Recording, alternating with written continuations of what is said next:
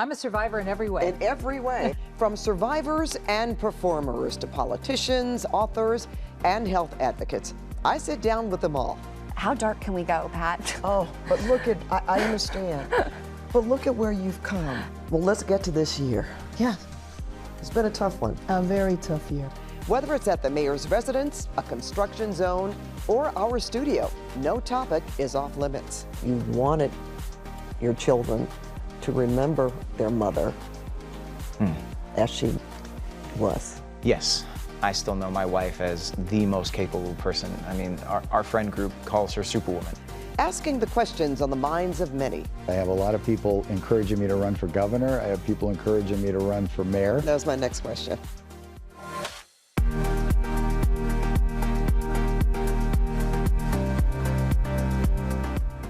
Welcome to the conversation with Pat Harvey. In this hour, we'll see parts of my interviews from this year where I cover various issues with guests in more intimate and unfiltered settings.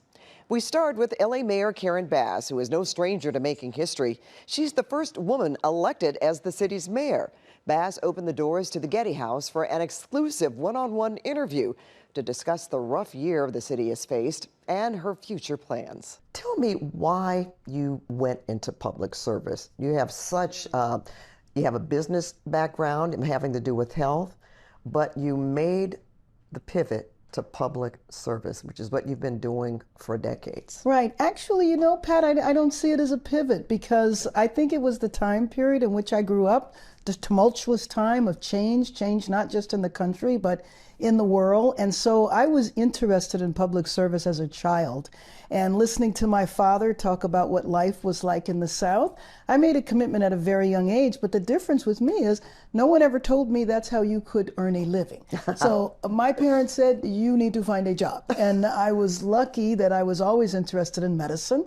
So I worked in the healthcare field, but I was always active on the weekends and in the evenings on various community issues. There was an issue that you campaigned on in 2022, the homeless crisis. That's right. You focused very heavily on that.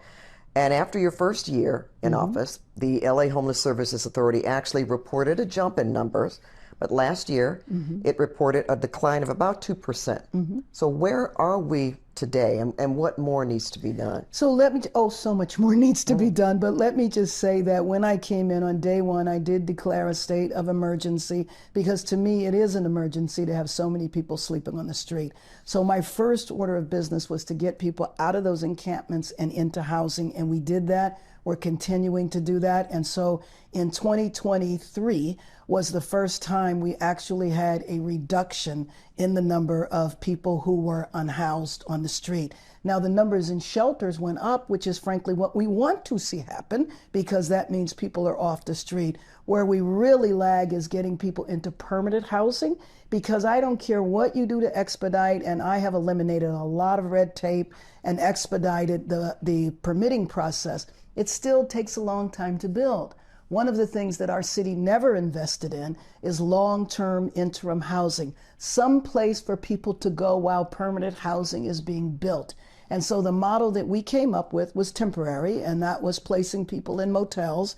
That is not a cost-effective model. We need something that's more cost-effective. What do you say to critics who feel that the problem isn't getting better on the homeless crisis? You know what? It's a difficult thing because if you live near an encampment, it's not getting better. But the objective data, we have far fewer encampments than we did when I came in. I would love to have a magic wand. I'd love to have a couple $1 billion and say we'll just buy up a bunch of hotels and house everybody. The reality is that we don't. Well, let's get to this year. Yeah. It's been a tough one. A very tough year. Already. The Palisades fire in January that we're still dealing with. Where are we in terms of rebuilding and recovery? So let me just say that for people that lost their homes, it's a lot more than losing a structure. It's a grief. It's a traumatic loss, your memories, your history, and your relationships, because it's not just a house. But having said that, though, I have to say that the process has been moving forward at lightning speed, and my measurement of that are the other fires that have happened in our state, whether it was the Paradise Fire or several of the other fires that we've had. We were able to get water and power back on within a couple of months, and some of the other fires, it took 6 months or even longer. Ironically, considering what we're facing today with the immigration situation, the Trump administration was extremely helpful in giving us record numbers of Army Corps of Engineers who came, and what they did was they cleared the debris at record space. You would say is going better than you expected. It's going way faster better, than you yes. expected. But again, I just have to qualify that and acknowledge that if I was a Palisadian and I'm not back in my house, nothing I'm doing can be fast enough, and I have to respect that and understand that. All right, fair enough. 2026, next year for Yeah. the World Cup. Is the city ready to handle that event and the Olympics in 2028 from an economic standpoint and a public safety standpoint? 8 games are going to be played here. They'll be played in Inglewood at the fabulous venues in Inglewood, but you know that the people who come here will also be visiting Los Angeles. This is an opportunity to uplift our businesses, to address, many of our neighborhoods. I want to show off all of Los Angeles. What steps can you tell us that are being taken to ensure that both of these events will be successful? Well, I think, making sure that we have the right leadership in place, which was when we were making the decision around the chief of police. It was very important for me to look for somebody who had the local, national, and international experience. And so making sure our law enforcement is prepared, strengthening the ties with other law enforcement. There's so much that we need to do, as well as just basic, repairs and cosmetic work to our city to show off LA. And you think that can be done? No, I know that it will be done. Not I think that it can be done. I know that it will be done. Okay. Well, this has been a year of turmoil as we've talked about in 2025. Yes. So I'm going to ask you, you can answer it or not, but does this have anything to do with you making a decision to rerun for mayor? Oh, I made that decision long ago. My job isn't finished. I ran because I was so concerned about the people on our street. And again, this is a concern I've had for more than 3 decades, and we're going to continue moving ahead. So I definitely will be running again. Wow. Thank you. You're welcome. LA businessman Rick Caruso is behind major retail destinations, including the Grove and the Americana at Brand. And while he's known for his real estate developments, he's worked with various LA mayors and ran for mayor in 2022 against Karen Bass. And now he's figuring out what's next for his political career. Well, Rick, along with your professional projects, you're also involved in philanthropy. Right. But you've also been involved in civic life with the city of Los Angeles for many, many years. In fact, first working with Mayor Tom Bradley. One of the great privileges of my life was working for Bradley. He was such an exceptional leader. I agree and I with learned you. so much from him over many, many years. And Yeah. he must have obviously saw something in you at that young age to place you, in fact, on the board of commissioners for the DWP. Yeah. Well, I don't know what he saw in me, but I tell you, I was very grateful to have the opportunity because I learned a hell of a lot. I mean, the Department of Water and Power is the largest public utility in the United States. And at the time that I was there, and under Tom's direction, boy, we were growing. We were building power plants, we were buying railroads, we were moving coal, we were cleaning the basin generation, getting away from oil to clean the air and going to gas. And it was a really exciting time. I loved every minute. I was there 13 years at DWP. Having worked for 3 mayors, I really had an inside peek on leadership and styles. Tom Bradley, Dick Reardon, and Jim Hahn. Very different from what we've had. Mayor Bass is somebody that you had supported in the past, Yeah. in terms of helping her along with her In campaign in Congress. Yeah. I know you used to talk to one another, seems like it, or you wouldn't have, actually wrote a check, put it that way. Well, listen, I supported her in Congress, and I was happy to support her in Congress. I would have never supported her running for an executive office. That's a very different role. Rick, you ran for mayor in 2022. You made the homeless crisis a major role in why you wanted to be mayor. Right. So did Mayor Bass. So I want to get your thoughts on the homelessness crisis 3 years after the fact. Well, there hasn't been a lot of progress. We've spent billions of dollars. I mean, this is all on the record, right? Billions of dollars unaccounted for. And we basically have the same amount of homeless on the streets. We've sort of moved them around. There are so many organizations that are incredible in this city that are doing great work. We need to empower them. We need to give them the funding. The government shouldn't try to do it themselves. That's what we need to do. There is such a path to fix this problem, and cleaning up communities and allowing small businesses to operate better and families to be able to walk the streets and use the parks. We've had a very tough year. Yes, here. we have. Certainly starting with the fires in January. And I know, I knew your daughter lost a home, and now you said your son lost a home as well. Yeah. You were evacuated. Yes. The Palisades Village did survive, but that had a Yes. lot to do with your personal effort there. Right. So tell us about, if you want to go back to that night, like the preventative measures that you took as a private citizen. Well, we learned a lot, Pat, when we were building the Miramar Resort, because when we were building the Miramar Resort, we had the Thompson fire started, and we were just in framing. We were just wood framing. And as that Thompson fire was coming over the hill, I talked to one of our executives. I said, you got to scramble and put together a plan to save the buildings, because the fire department resources are going to go to the homes first, as they should, and not the commercial properties. So that's where we learned about private firefighters, private water tanks, and retardant. When we were designing the Palisades, we knew we were in a fire area. So it was designed completely without combustible materials. Being a journalist, I have to ask you this. You know, some critics say, well, because you used the private firefighters, the resources were taken away from the bigger firefight.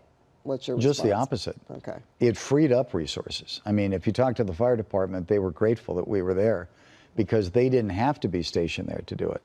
And no, and that's like I said, we were loaning equipment. Talk to all the tenants and all the building owners around us that are there who called me in tears thanking me that we saved their buildings. Would you consider running for governor? Well, Pat, I've been really lucky and honored. I have a lot of people encouraging me to run for governor. I have people encouraging me to run for mayor. That was my next question. And so we're looking at both. I've been honest about it. I'm looking at both. I love public service, and it goes down to what I said. I think these problems can be solved. I really do. Rick, thank you so much. Thanks for having me. It's always great being with you.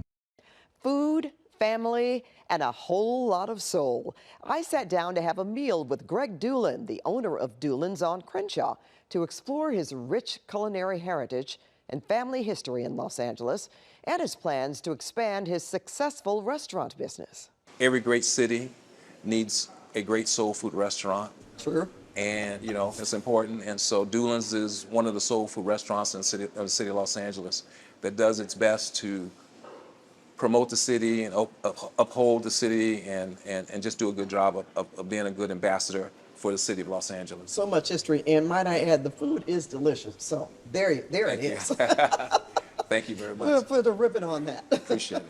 Well, you know, we talked about community and how important it is for you to be here and how Yeah. involved you are with community and business.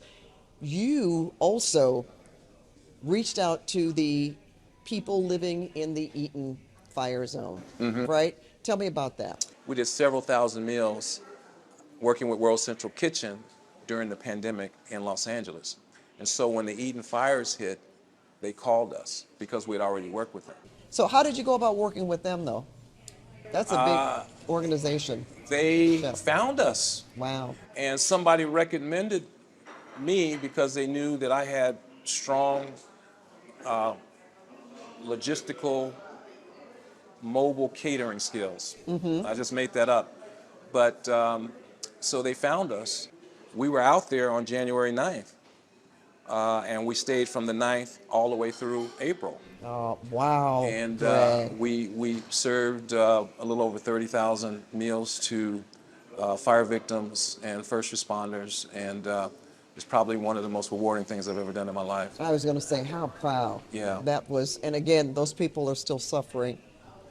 Some are trying to rebuild, but I'm sure if they call Doolin's that you'd be ready to go right back out and do whatever you In could fact, do we to help are them. planning to go back. You asked about expansion, and we just received our business license for Pasadena, Oh, and fabulous. we will be taking our mobile kitchen to Pasadena sometime in the near future. With that, then, I'm going to say thank you. Thank you so much. Once I really again. appreciate this. She broke glass ceilings in the sports world, completed hundreds of investigations, and is now on a new path in life. My interview with Lisa Guerrero next. Pat, I love your smile. I really do. Plus, singer, actress, survivor, Shawnice shares her journey with breast cancer and the exciting musical she's starring in.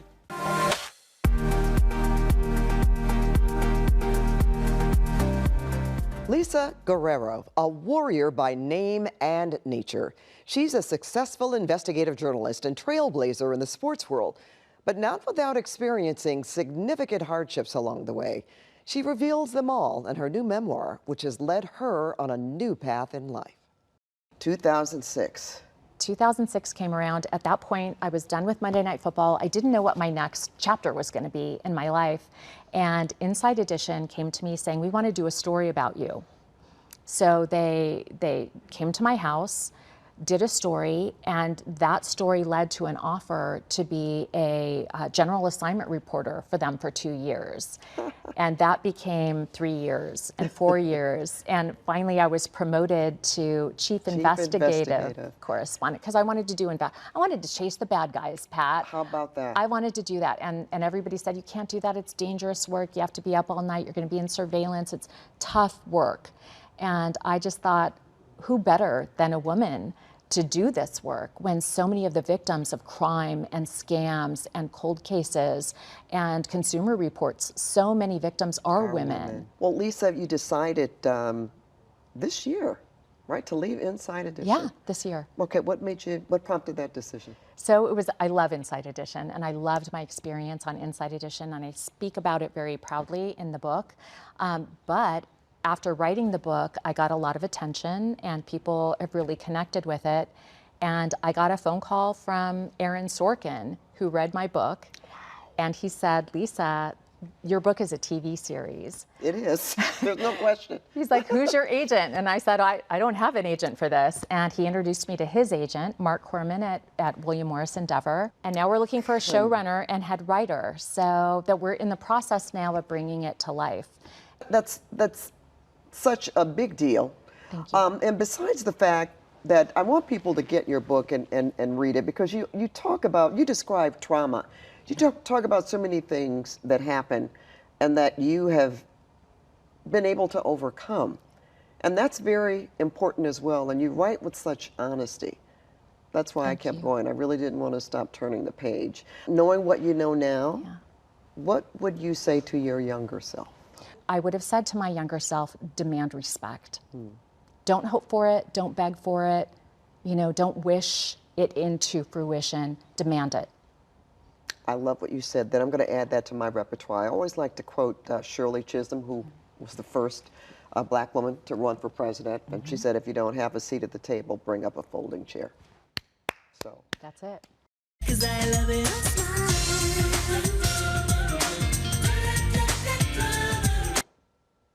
Singer Shawnice has been making people smile around the world for decades. The Grammy-nominated artist is now starring as Michelle Obama in the musical 44, the Obama musical, which is currently touring in New York. She's also a breast cancer survivor, and we spoke about her health journey.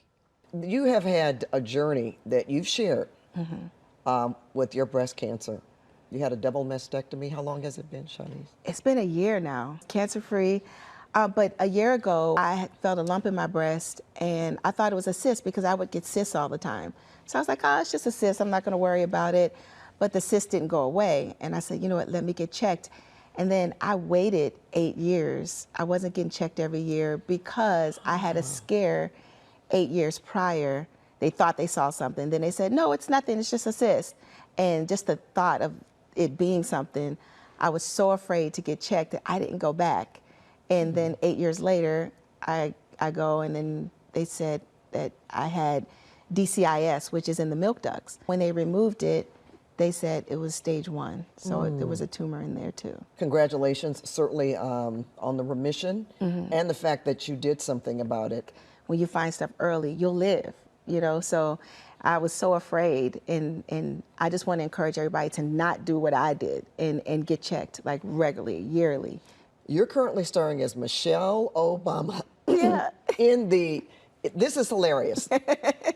It's called 44, the Obama Musical. It says it in the playbill. It's like Saturday Night Live on steroids. It is. But your voice was just amazing. Thank you so much. To hear you hit those vocals again. Oh, thank you. You were terrific. Thank you. What did it mean to play Michelle Obama? I love that she's a strong woman, and you know, I feel like I'm pretty strong, and she's a loving mother and a supportive wife. You know, I can't let you go before you drop a little note for us, okay? Okay. Whichever one you want to do. Well, you sing with me? Okay, come on. Okay. Let's go. Pat,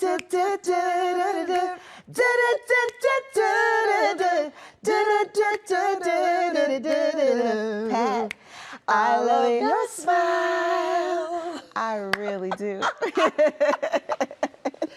She's an athlete turned mental health advocate. What inspired Victoria Garrick Brown to look at her life in a new way? Out of all those characters, well, the books is their a favorite. And he created iconic characters like Harry Bosch and the Lincoln Lawyer. Michael Connelly's answer, next.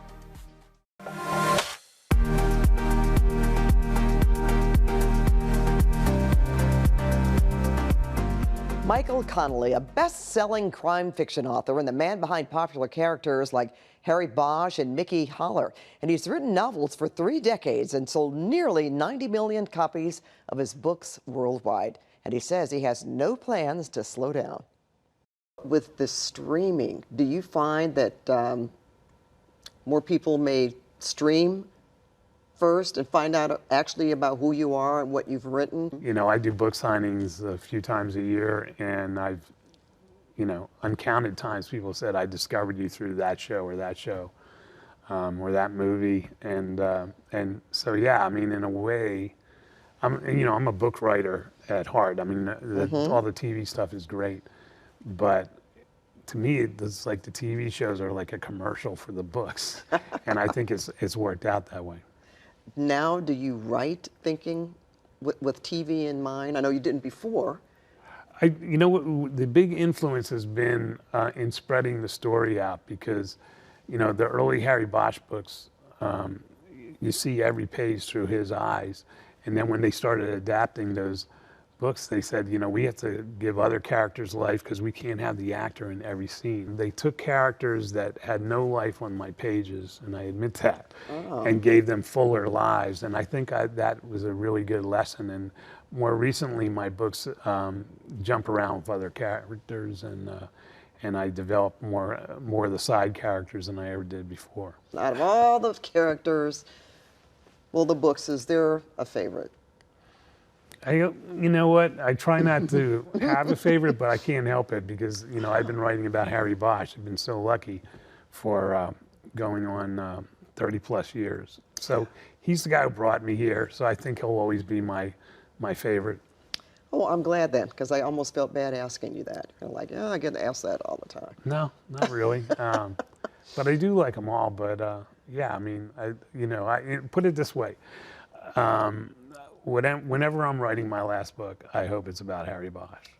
Oh, that's really good. Okay. Well, what is in the future? I'm having a good time, and like I said, I pretty much can order my life the way I want to, and so as long as that keeps up, I'll be writing these stories. Nothing is off the table when it comes to Victoria Garrick Brown. The former USC athlete is hoping to break the stigma surrounding mental health through her different platforms. She revealed what finally gave her the push to get the help she needed and the basketball legend who supported her along the way. Figure it out, push it down, make it through. And because I gaslit myself and wasn't owning the experience, then I fell into this major depressive episode as a sophomore. And it wasn't until the encouragement and a heart-to-heart conversation with a teammate which gave me the confidence to begin to see a therapist at the health center on campus. Okay. Where I had that moment of realization, oh my gosh, I'm actually dealing with something that I'm sure a lot of young 18-year-olds playing at the Division I level experience. It's not my fault. I'm not bad. I just don't have the tools, the vocabulary, or the skills to handle the pressure I'm experiencing. That's really what made me feel like I had no other choice but to eventually stand on a TEDx talk stage and like spill my heart to the world, hoping that other people would realize that there is a mental health crisis in general for young people, but also uniquely for student athletes. Well, since your time at USC, you have really soared in the social media space. Now we're going to talk about Hidden Opponent. That's a nonprofit that you started 5 years ago. I know it's wonderful because I know one of your board members, so I know it's great. Tell me about the support that you had for putting this together. The whole school pretty much came out. Of course, Kobe Bryant's on campus. Everyone's like, we're skipping class and we're going to go listen to Kobe Bryant. And I got to ask him about mental health and what he thought about Kevin Love coming forward and DeMar DeRozan coming forward. And he gave such a beautiful answer and talked about it's important to own what we're going through, to walk hand in hand with it, to face it. And that was when we first met. And then I had the opportunity to go to his offices at Kobe Inc. and connect with him and one of his colleagues and just share more about the Hidden Opponent and what I wanted to do. And he just listened and was so supportive and wanted to help in any way that he could. And I think just having the belief of someone like Kobe is enough to last a lifetime and fuel every single person at the Hidden Opponent to keep doing this work, because we had his faith in the importance of this and also the way that we were going to go about it. So yeah, that meant the world, and it's something that we call on often and also pinch ourselves that it actually happened. But he had to think a heck of a lot of you, you know, to do that follow-up meeting and decide that he's going to get behind the Hidden Opponent. So don't take anything away from yourself, really. Still ahead, helping feed those in need. My tour of Project Angel Food's future new state-of-the-art facility with CEO Richard Ayoub. Reclaiming my time. Reclaiming my time. Plus, a powerful force in Congress, Representative Maxine Waters' incredible career, and what's ahead for her.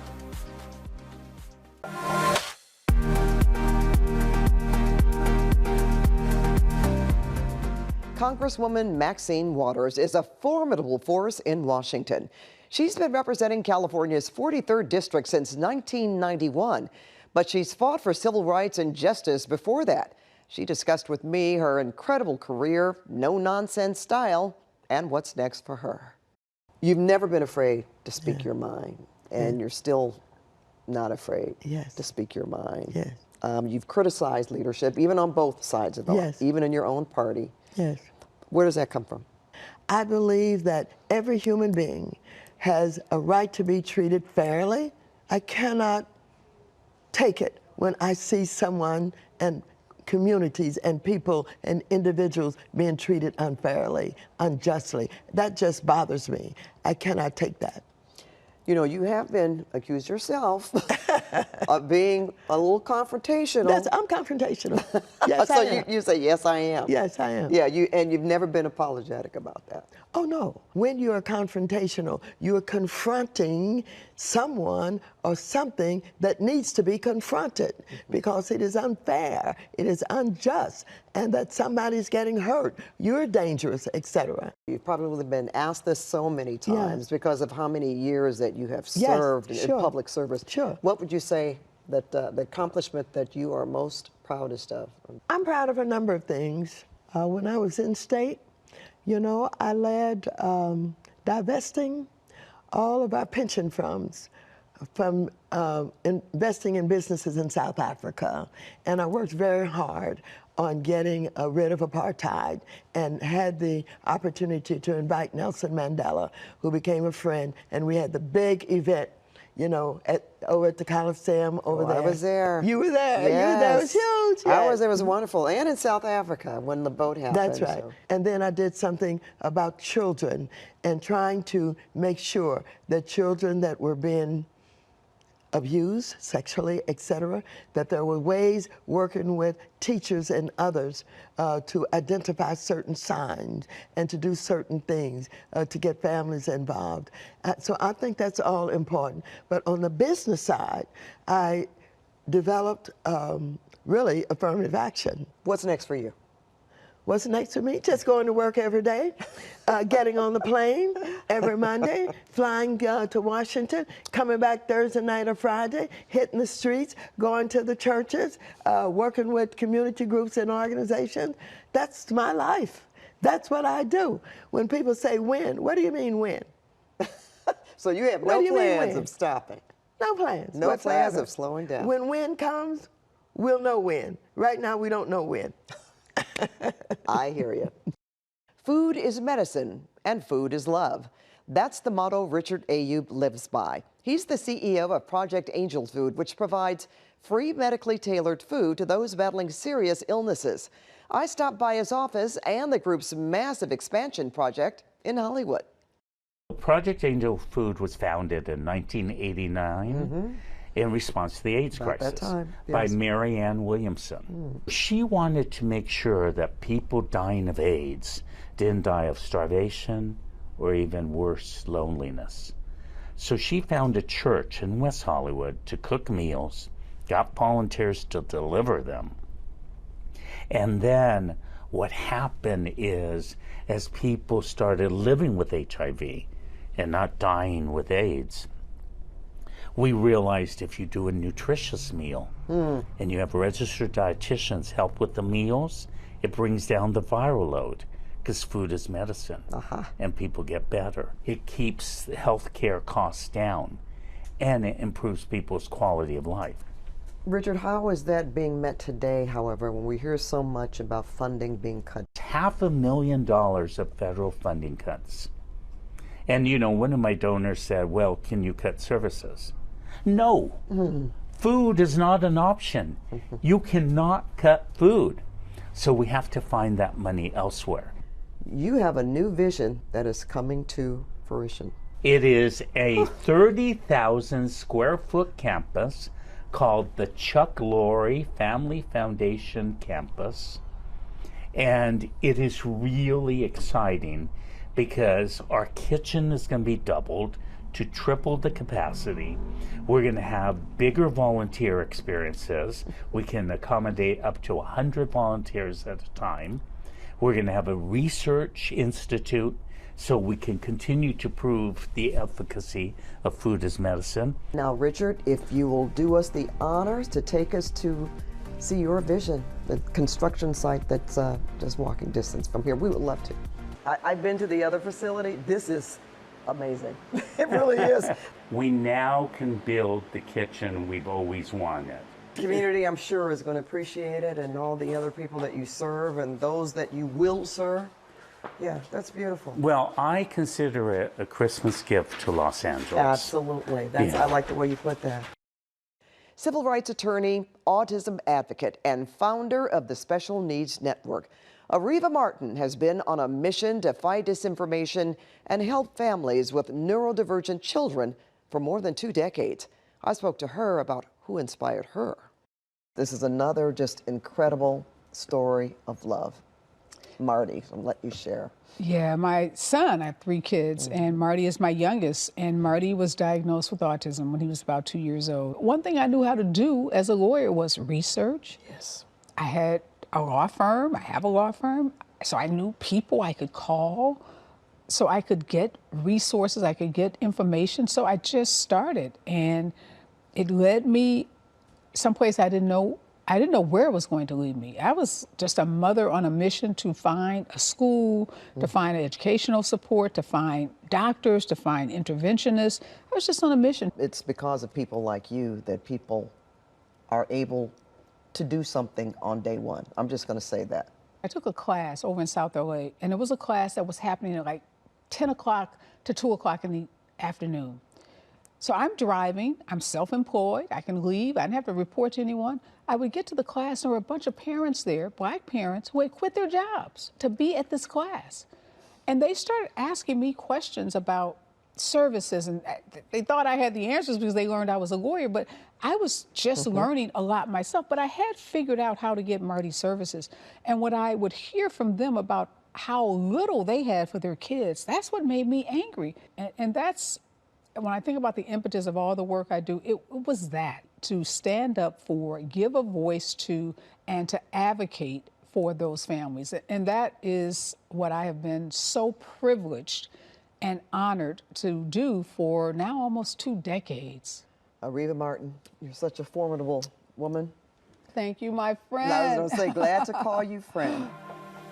Fighting to defeat breast cancer, the major goals Susan G. Komen, CEO, has to take the organization's work to new heights. And how Sam Cooke's granddaughter is hoping to inspire younger generations while keeping his legacy alive.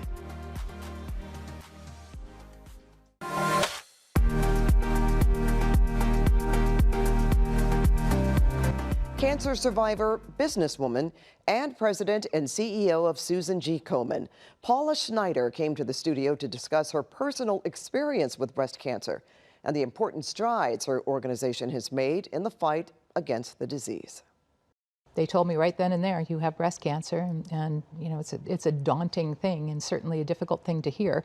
And your world sort of swirls and goes to black, and then you have to get knowledge, and the more information that you get, information is power, and you create your plan, and then you figure out your way out of the black hole. I went for annual mammograms, and I was literally 12 months.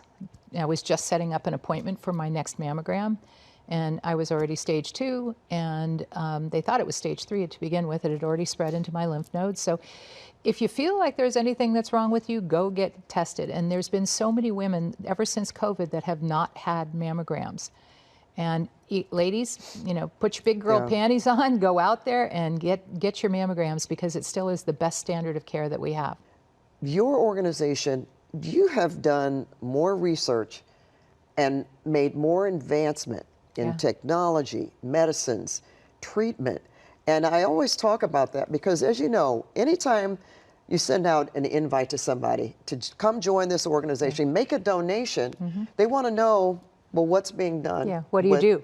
Right? How is my money being spent? Is there something that you can show me that's been achieved? Out of the 30 FDA-approved drugs for breast cancer in the last, let's say, decade and a half, Komen was partially responsible, had invested, before there's any kind of return on investment, only saving lives, in 29 out of the 30.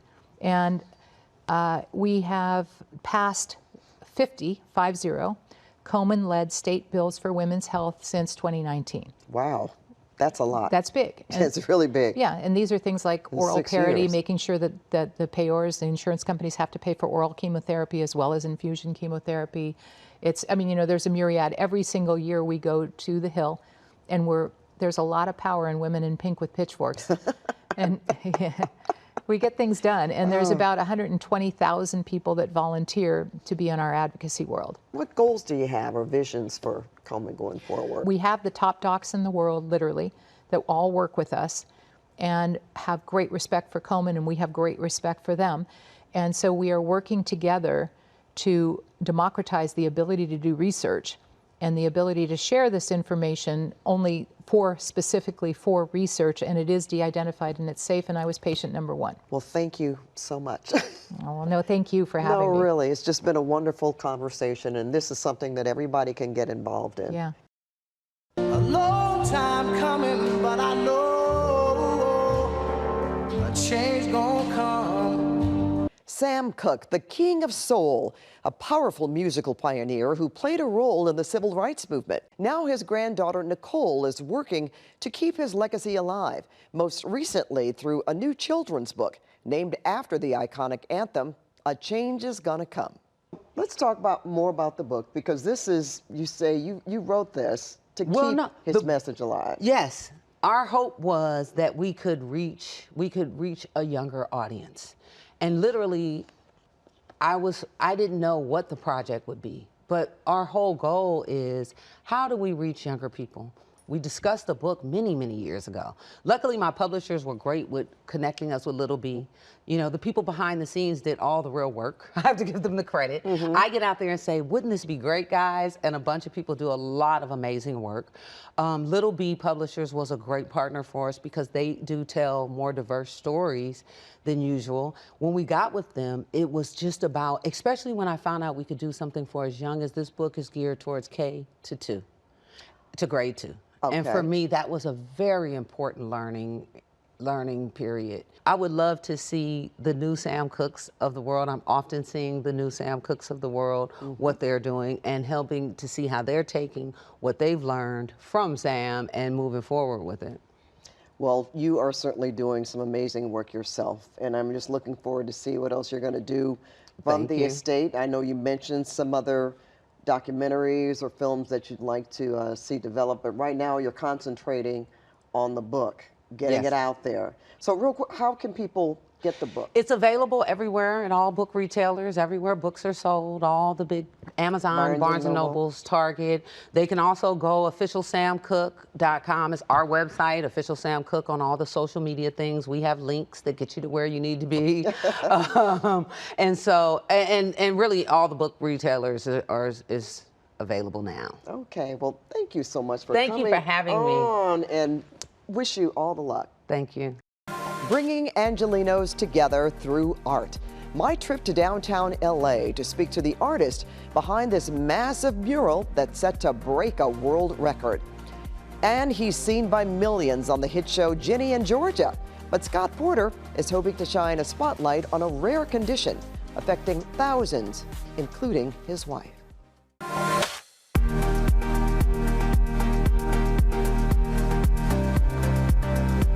Carry on my wayward son. Whew. Scott Porter, runner-up on The Masked Singer and actor on the hit show Ginny and Georgia. Off-screen, he's working to fight Huntington's disease, a genetic disorder that affects his mother-in-law and wife. He explains how the gaming world is helping his cause. I want to explain to our audience what it is. Huntington's disease is a rare genetic disorder. Some people describe it as a blend of ALS, Parkinson's, and Alzheimer's. And according to UCLA, about 41,000 Americans have HD. 200,000 are at risk of inheriting it. Your mother-in-law is battling HD, and your wife, Kelsey, has the gene. When did you and your wife decide to get tested, or to get her tested, I should say? Kelsey, because she wanted to be a mother, said, I'm going to go get tested right away. So we went through the series of tests. We found out that she was gene positive. And for everybody out there at home, what gene positive means is that she has Huntington's disease. It's not an if, it's not will it eventually, it is when it will eventually start to become symptomatic. But she chooses not to allow it to dictate her present. The future does not dictate who I am right now, what I can do right now, what my capabilities are, you know, today. She's living in the moment. And then after her decision to get tested, we had to find a way to have kids in a healthy way without them having Huntington's. We went through a process called PGD IVF.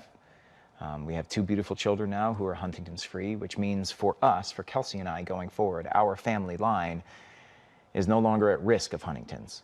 So if my son and daughter choose to have kids of their own, they will not have this battle to go through. Well, you also go about this in terms of raising funds through a very fun way, right? You've got, what, games, because you love games? Yeah. Popular comics? And I've been playing a little tabletop game called HeroClix for the better part of 2 decades. It's like chess with superheroes. Okay. We have a very small, very supportive community. And I said, why don't I change it from Heroes for Huntington's to HeroClix for Huntington's, which is the name of the game. And we started a tournament weekend.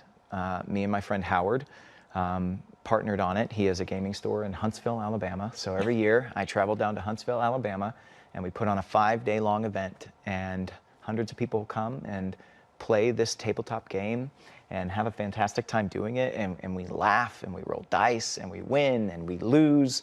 But we raise money for the charity. I just ask that if you're out there, just stop by hdsa.org if you want to learn more. And if you want to go have a good time one night, join one of the events. They're everywhere. Hey. Reaching out a hand.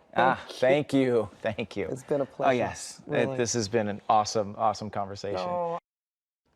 From Shohei Ohtani to Kobe Bryant to other iconic figures in Los Angeles, artist Robert Vargas has certainly made his mark. He hopes to spread messages of love and unity through his art, especially through his new piece, which is set to break a world record. Oh, Robert, we're at 5th and Hill Street now, near Pershing Square, and I am looking at this monumental piece behind me. So tell us, what are we seeing here? This is my opus entitled Angelus, and it's spelled Angel US as my take on the word that already existed, but to say that we are all Angelinos. And what I want everyone to feel when looking at this mural is that they all have a seat at the table. And it's anchored by this image of a Tongva Indian who is actually using ASL to say unity. And on the left there. Right with there. The beads. Yes. So she's signing unity. Of course, we have Kobe Bryant. And actually, I'm using imagery and people from the time to tell the story. Kobe was always going to be a part of this mural, and I just saw it through even after his passing. I see the Olympic torch. There's the Olympic torch as a nod to LA's Olympic legacy. And Oscar de la Hoya, who comes from my side of the tracks, actually modeled the arm there. And he came up there on the lift with me holding the torch. And it's pretty special. This is the next phase of what you're going to finish? Yes, this is the current panel that I'm working on right now. And once I complete this side here, and as you can see, there's no preliminary sketches or drawing on the wall. I'm painting it all directly onto the wall without any kind of grids or projections, which is my mode of working. Wow. And you're also going for the Guinness Book of World Records. This will be the largest mural? It's painted by a single person, largest free-handed mural in the world. Robert, when do you expect to be finished? In the spring of 2026. And what makes this mural also really unique is that it's the backdrop for almost every protest and every march that happens right at this intersection at Pershing Square. So for me, the kind of messaging, especially here in my hometown, but the kind of messaging that I'm putting into this mural that I think reflects a lot of what's happening in the moment. This is going to be a citywide kind of celebration once it's completed, and everyone's invited to come out and celebrate with us right here. Well, LA loves a party, that's for sure. Thank you so much. Thank you so much for having me. Appreciate the time that you gave us today. Thanks for watching The Conversation with Pat Harvey. You can find all of my full interviews and future ones on our website, cbsla.com, or our YouTube page, CBS LA.